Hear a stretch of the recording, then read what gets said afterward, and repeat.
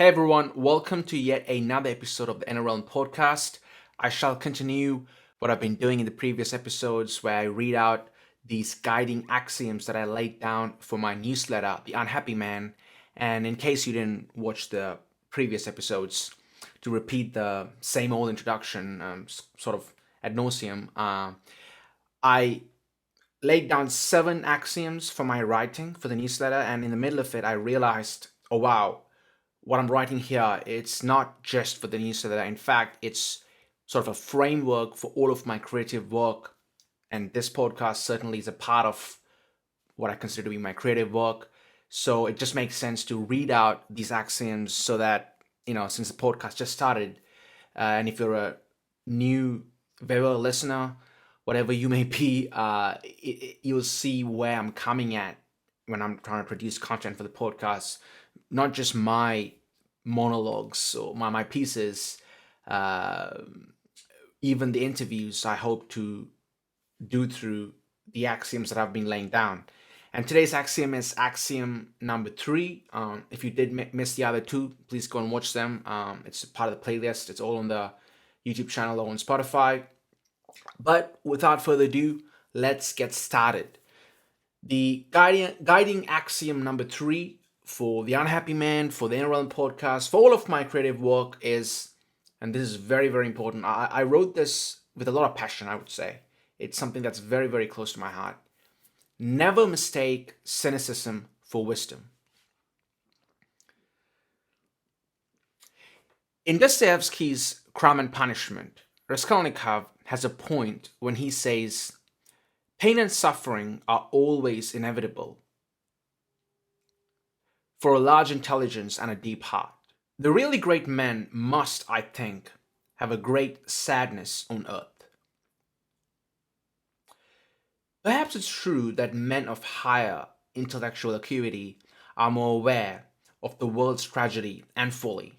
So their contempt for the deluded masses who are lost in superficial vanity and worldly self-indulgence probably has some warrant. But I wonder if those Nietzschean critiques with their eruditeness and polemical virtuosity tend to fall in love with their own ingenious. In truth, the highbrows rarely believe about themselves what Socrates declared of himself. I neither know nor think I know. Most casual, critical philosophizing is merely one's cynicism being projected onto the world, masquerading as wisdom. The only thing worse than a cynic is an accompanying sharp intellect to tantalize the cynicism. For instance, if we take happiness, something elusive for us humans, such a person refuses to believe that someone could be genuinely happy in this world, and is dismissive or even hates anyone trying to do so. Let's see a man who's sincerely endeavoring to make something of himself as merely a show one puts on to please the cultural overlords, pusillanimously and slavishly living by an emasculating moral duty.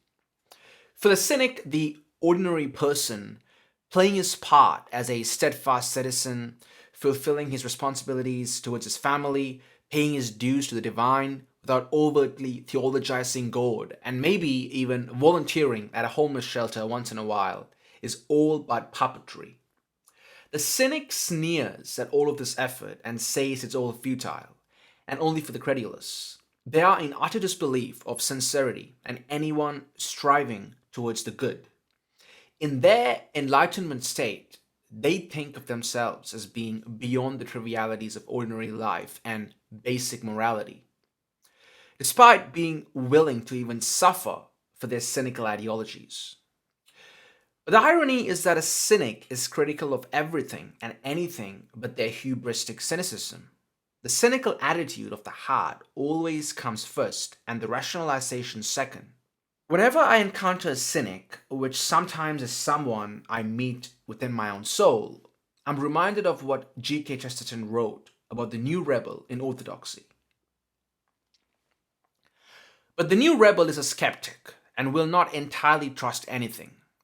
He has no loyalty, therefore he can never be really a revolutionist. And the fact that he doubts everything really gets in his way when he wants to denounce anything. For all denunciation implies a moral doctrine of some kind, and the modern revolutionist doubts not only the institution he denounces, but the doctrine by which he denounces it. Thus, he writes one book complaining that imperial oppression insults the purity of women, and then he writes another book about the sex problem, in which he insults it himself. He curses the Sultan because Christian girls lose their virginity, and then curses Mrs. Grundy because they kept it. As a politician, he will cry out that war is a waste of life, and then as a philosopher, that all of life is a waste of time. A Russian pessimist will denounce a policeman for killing a peasant and then prove by the highest philosophical principles that the peasant ought to have killed himself. I love Chesterton, man.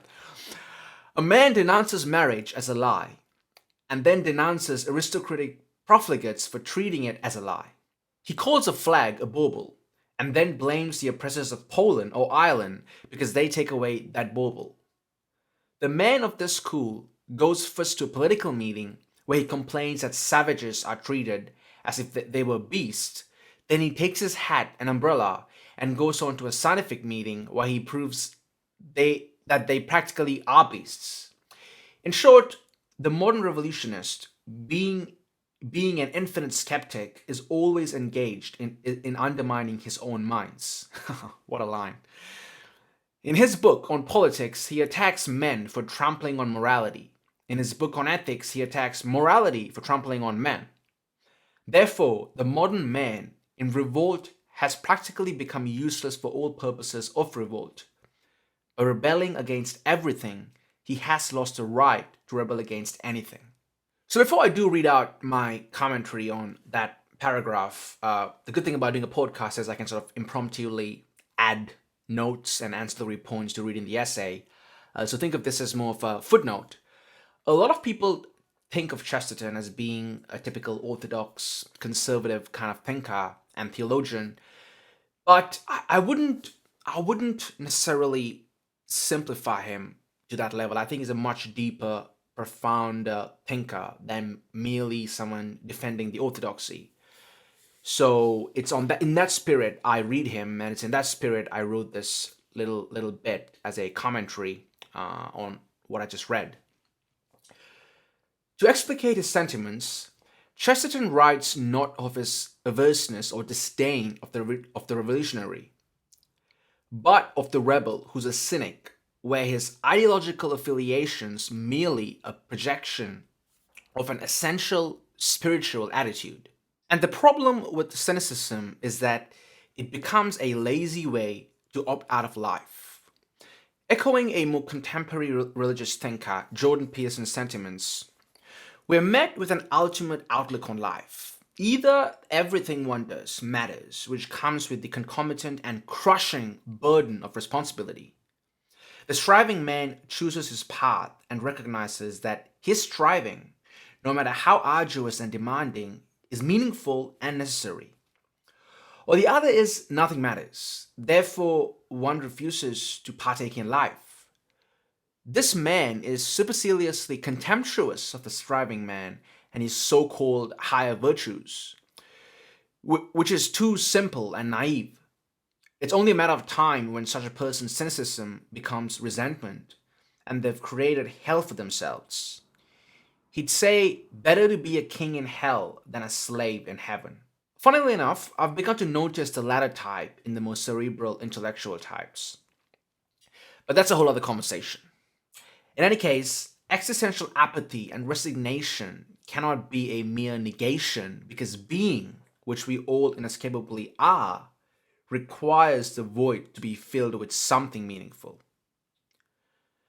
Free will itself is mostly a curse, as one does not look into the Nietzschean abyss.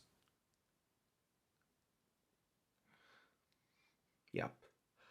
But the infinite boundlessness of one's possibilities, which Kierkegaard called the dizziness of freedom, that everyone confronts in life when we are met with freedom's actuality as the possibility of possibility.